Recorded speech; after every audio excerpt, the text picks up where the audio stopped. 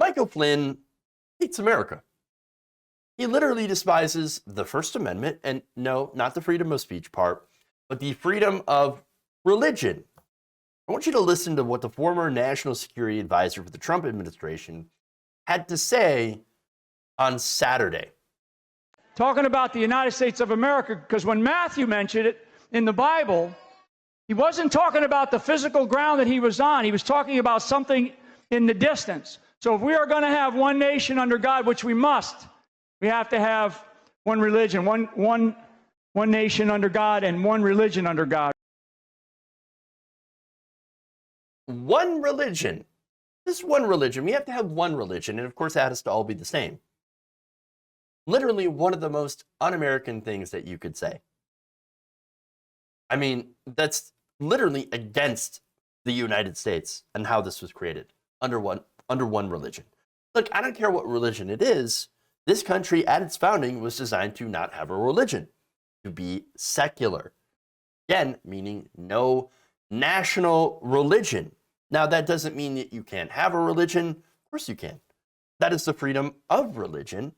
We're allowed to do, to believe in whatever we want and practice whatever we want, as long as you don't harm other people, which is why some people frown on certain sects of Satanism where they do human sacrifice. So don't do that, because you are harming other people. But at the same time, if you're the other Satanists, which just dunk on conservative Christians all the time, totally fine. That's fun. All right, but anyway, again, freedom of religion. Don't force it on me. That's it.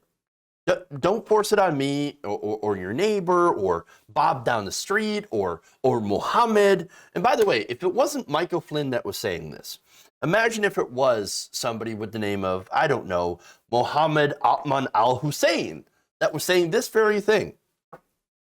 You know what would happen? Heads would explode on the right. And by the way, all over the country, everyone's head would explode. Because instead of saying, one country under God, just replace it with the Arabic word for God, which is Allah. Inshallah. Well, then what happens? Everyone's head explodes. Oh my God, the Muslims! They're trying to inflict the Sharia law. Shakira law on all of us. Oh no! Those hips don't lie. Okay, anyway. But understand though, this is, when they do this, when they say things like this, okay, it is to applause. This is the hypocrisy. Again, I don't want Christianity as a state religion. I don't want any religion as a state religion. I am not a Christian. But by the way, if you were a Christian, you wouldn't want state religion either. Because, look, okay, what sector of Christianity would we even talk about? For example, what version of Christianity does Michael Flynn believe should be the one that everyone should have? Who decides that? Again, there's a ton of different sects of Christianity. Are we talking Roman Catholic? Are we talking Protestant? Are we talking evangelical, Anglican, Seventh-day Adventist? Which one? Which one is right? Which one is the correct religion according to Michael Flynn? Who decides? How would you enforce that? Would there be state-run churches? Would police be responsible for making people attend church and making them tithe? What do you do? What about the rules on women? Will stoning be the punishment now for adultery, rape, homosexuality? You go down that road and it becomes a very dark place, which is no longer in line with modern Western values, but of course the very Western values that did lead us into the Dark Age back in medieval Europe. I, for one, do not want to live in the United States under the Christian Sharia law, because I actually do care about the Constitution. I actually do care about freedom. But understand the Republican Party, anybody who agrees with Michael Flynn does not believe in that freedom. People like Ohio candidate Josh Mandel. Josh Mandel literally tweeted later on that Saturday, quote unquote, we stand with General Flynn.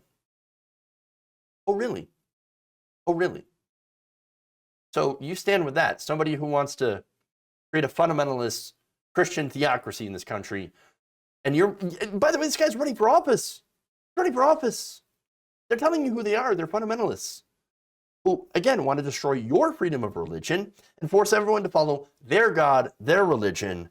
I can't think of anything more un-American than that. Oh, actually, other than, of course, carrying around the Confederate flag, which is a literal flag of treason. But anyway, other than that, and by the way, make all the excuses you want. That flag literally was carried into battle against American troops because y'all wanted to keep your slaves. Insane. Also, it was brought back by the Klan and Southern racist Dixiecrats in the 1960s to scare people, black people specifically, and their allies who supported expanding civil rights. Everywhere you look, the right wing is not about expanding rights for everyone, just themselves while they try to take the rights from you. Your right to privacy, your right to bodily autonomy, your right to a good education, habeas corpus, for example, which protects people against unlawful and indefinite detention. Of course, we see that happening with Guantanamo Bay, which was started by George W. Bush, but also continued by Democratic presidents. So there's a big problem there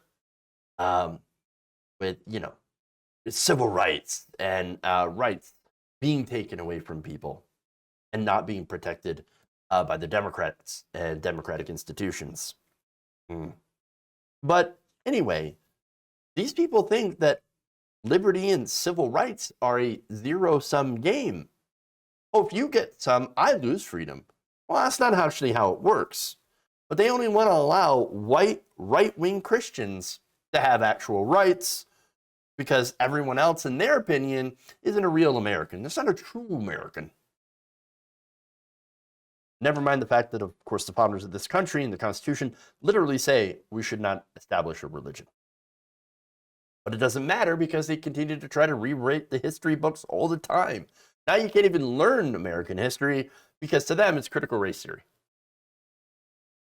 So Flynn is not saying anything that the rest of the far right hasn't already said.